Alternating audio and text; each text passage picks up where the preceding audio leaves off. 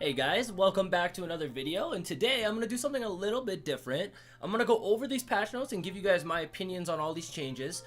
Normally I wouldn't do this, I usually just play the game and we'll go from there, but this is such a big change and I feel like I want to talk about it. I really do. It's very meta defining, lots of big changes, character changes, weapon changes.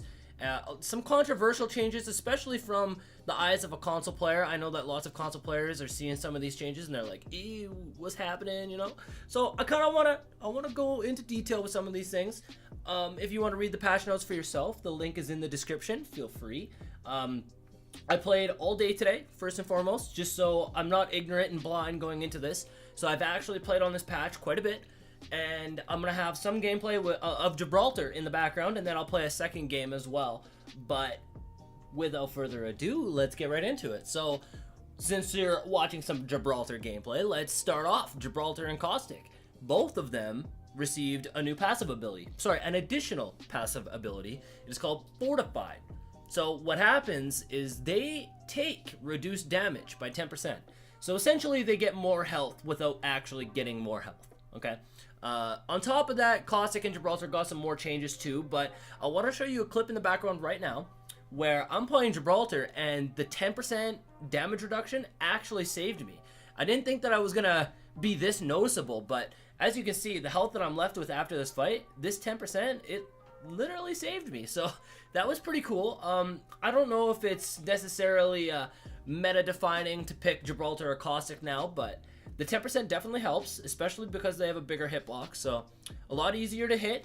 It'll be really helpful when you're just roaming the map and you're out in the open. If you start taking some shots, I mean, sometimes it was really easy just to laser a Gibraltar or a Caustic, right? At least now they'll have an extra second to react, basically. I mean, 10% doesn't sound like a lot, but it really is. It's almost like getting another full shot into them. So it's really good. It's really good. On top of that, Caustic also received gas damage per tick increased by 1 to 4, so a little bit more damage there, and he can throw them a little bit farther, his gas canisters, so kind of cool. I mean, not massive, but kind of cool. And then Gibraltar's gun shield actually increased another 25 health from 50 to 75, which is another good one. Honestly, I feel like Gibraltar is going to be in a really good place. I mean, here's the thing, man. People play these characters as if they're all the same, right? So you'll see people playing really aggressive with Octane or Pathfinder, for example. You can't really do that with Gibraltar. Gibraltar's got a different playstyle, right? You can still be a really good Gibraltar, and you may not necessarily get, 15, 20 kills a game or anything like that, but you can still be a force in the game. You just got to play them a little bit differently. So Gibraltar and Caustic, they're definitely got their own spot. I don't really care for the changes for Caustic, sorry. I don't really care for the changes, the gas canister changes or anything like that. But it is what it is. No biggie. So that's the first changes to the heroes.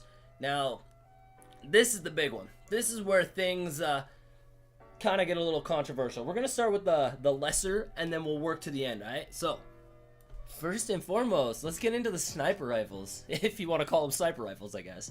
The G7 Scout, the triple take, and the longbow. They actually do more damage from the waist down. Beforehand, you would see a 25% reduction in damage. Now it's only 10%, which is really nice. I feel like, personally, that is an amazing change. Amazing change. The snipers in this game are very underwhelming.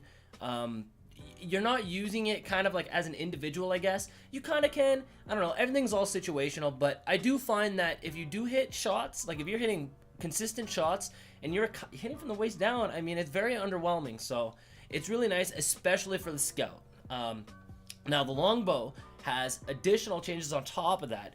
Increased fire rate. Now, this is one of the big ones, man. I love sniping.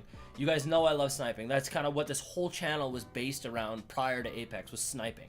And increased fire rate, incredible. On top of that, increased magazine size, once again, perfect. So if you get a purple extended mag on a longbow, you now have 12 rounds.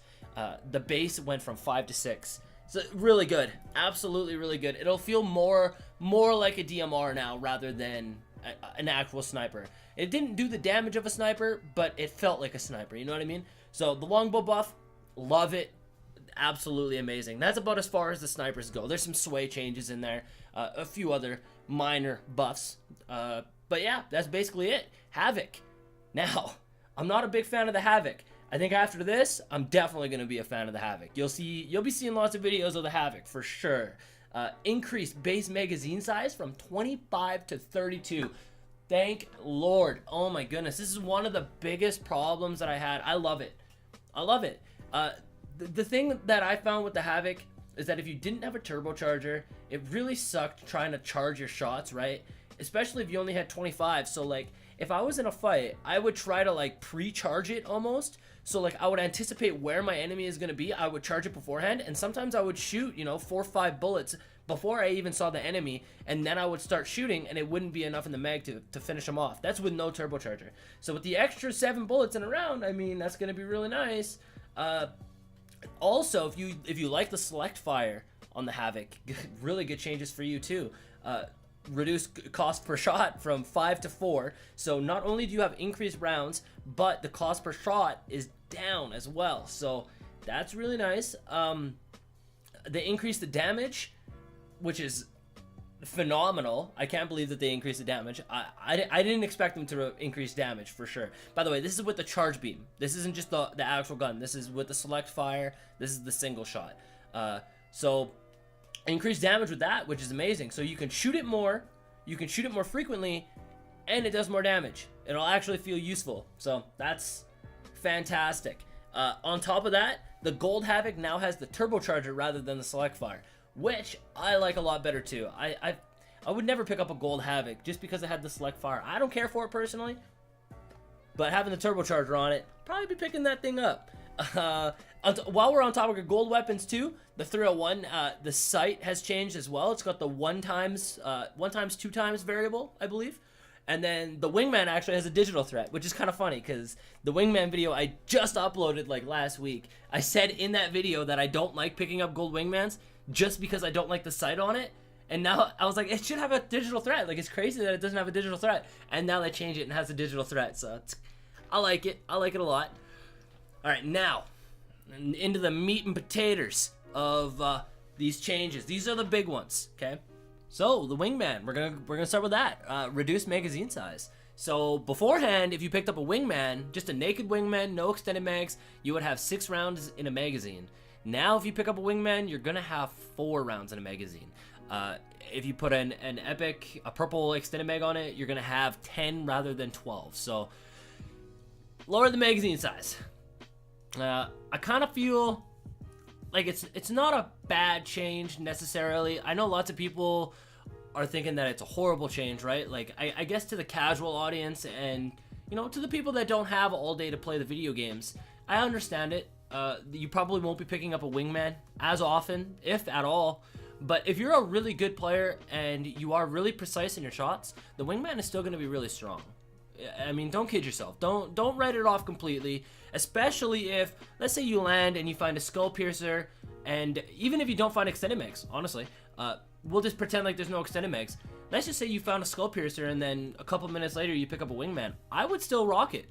I think the Wingman is still really strong. I mean, depending on what armor and helmet the enemy has, you can still 2-hit people with a Wingman.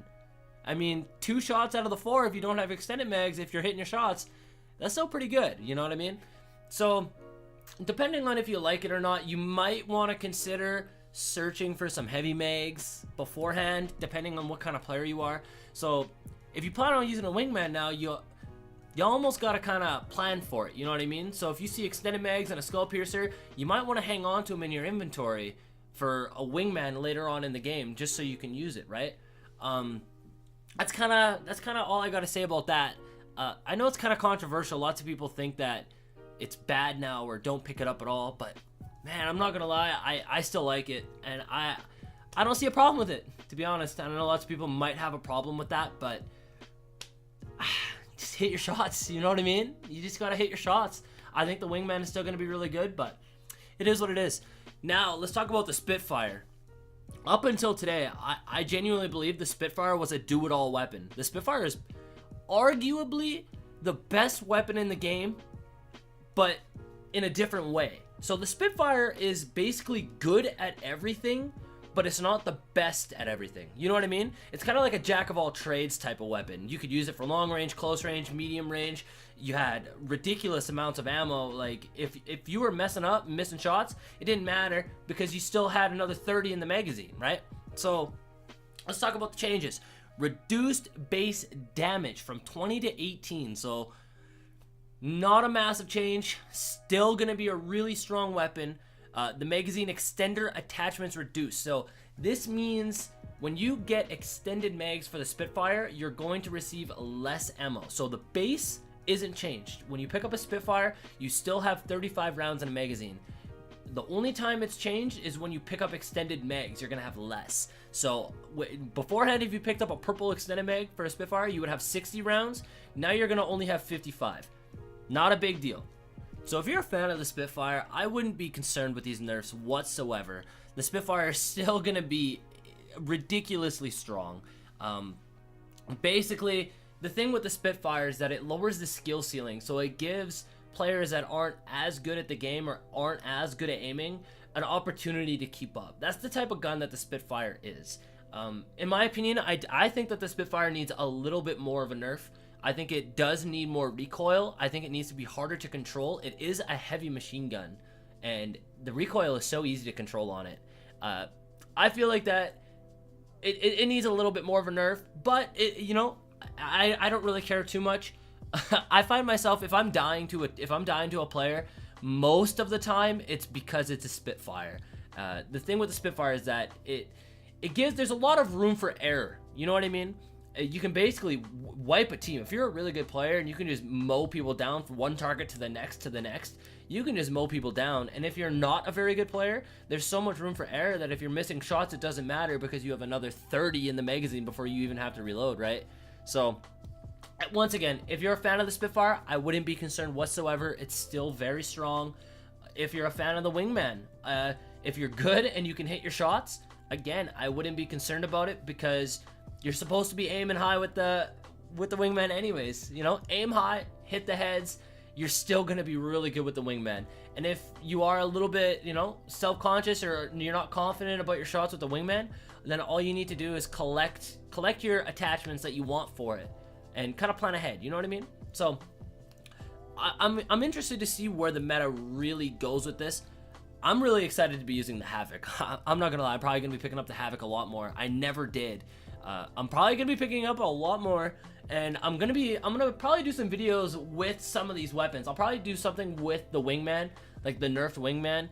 Maybe I'll do a video without using extended mags, just to show you guys that it is possible to still use it and do really well with it. But yeah, I hope you guys enjoyed. This is kind of a weird video for me because I never talk about this. I just talked over my gameplay, so it's a little bit awkward for me. But anyways, I hope you guys enjoyed. Let me know what you thought in the comment section down below. I want to hear your thoughts too. If you like these changes, if you know you don't like these changes, if you disagreed with my thoughts, I'm interested in hearing it. So thank you guys so much for watching, and I will see you on the next video.